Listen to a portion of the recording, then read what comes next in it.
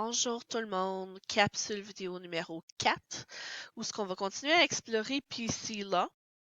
On va apprendre comment ajouter un nouveau client, changer le numéro de client et puis fermer le client.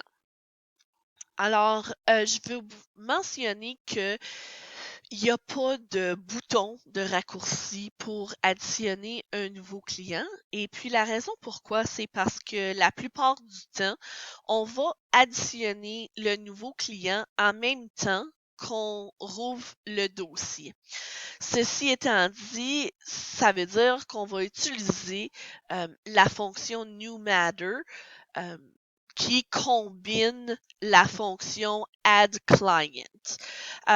Pour le cas du cours, on va le faire séparé. Alors, je vais vous montrer comment on additionne un nouveau client et aussi comment on rouvre un nouveau dossier puis qu'on va l'associer au nouveau client.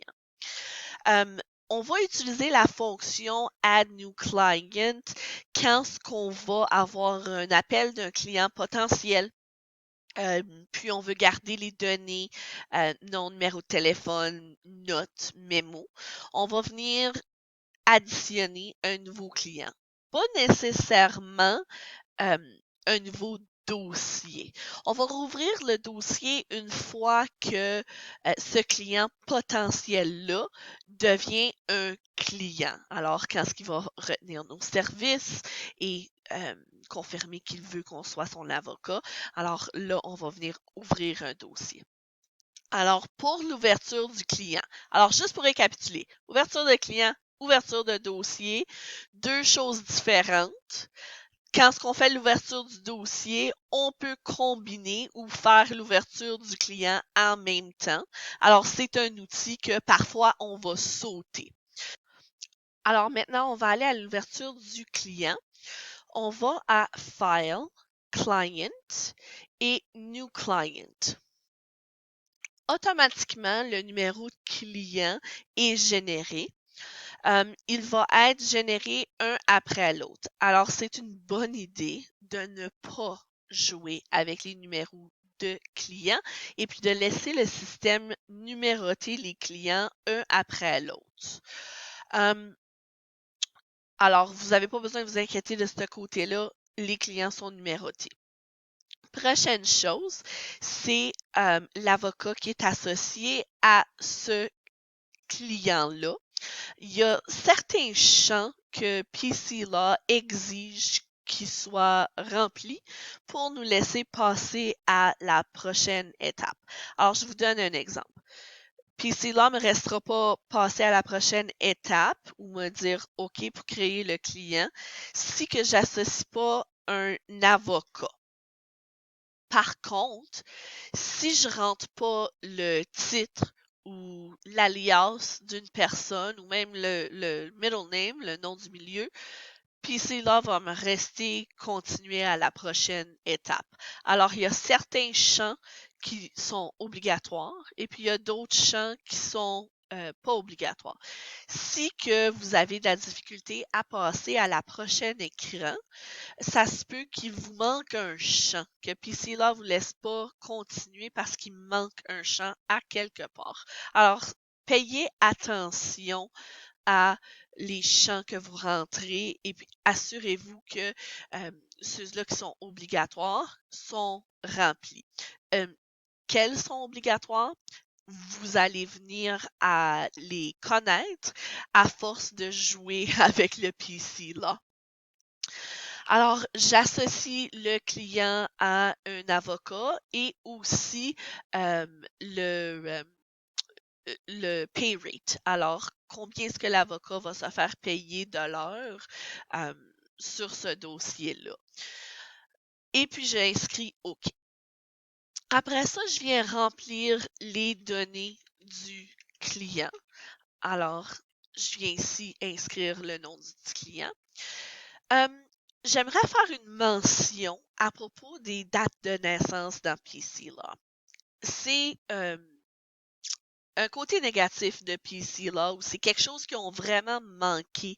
Il n'y a aucune place dans le registre des clients pour inscrire la date de naissance de nos clients.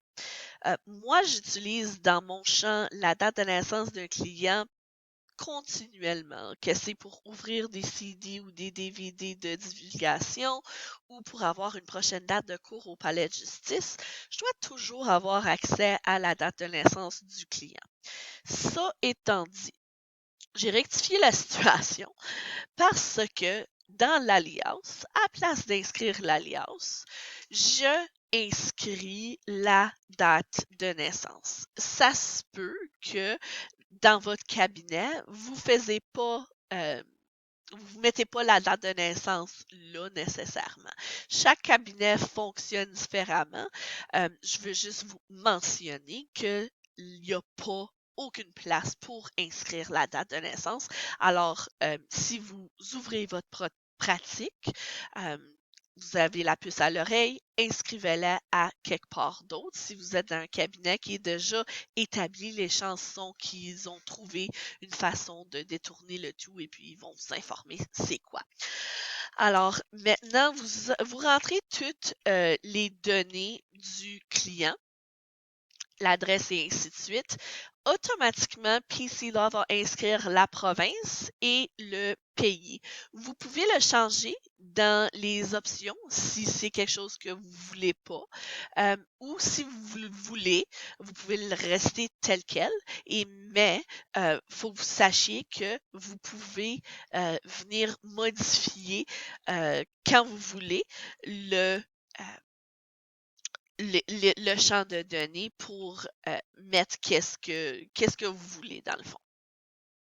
Alors, vous assurez que toutes vos données sont bien inscrites dans les bons champs, le courriel et ainsi de suite. Tada! Alors, ça devrait ressembler à quelque chose comme ça quand on vient rouvrir un client. Si ce client-là est associé à un autre client, vous pouvez venir l'associer avec un autre client. C'est pas un outil que moi j'utilise très souvent, mais c'est quelque chose que vous pouvez faire si vous avez besoin. Alors, en pesant OK, ça va sauvegarder l'information et on a maintenant créé un nouveau client. Alors, on continue avec les clients.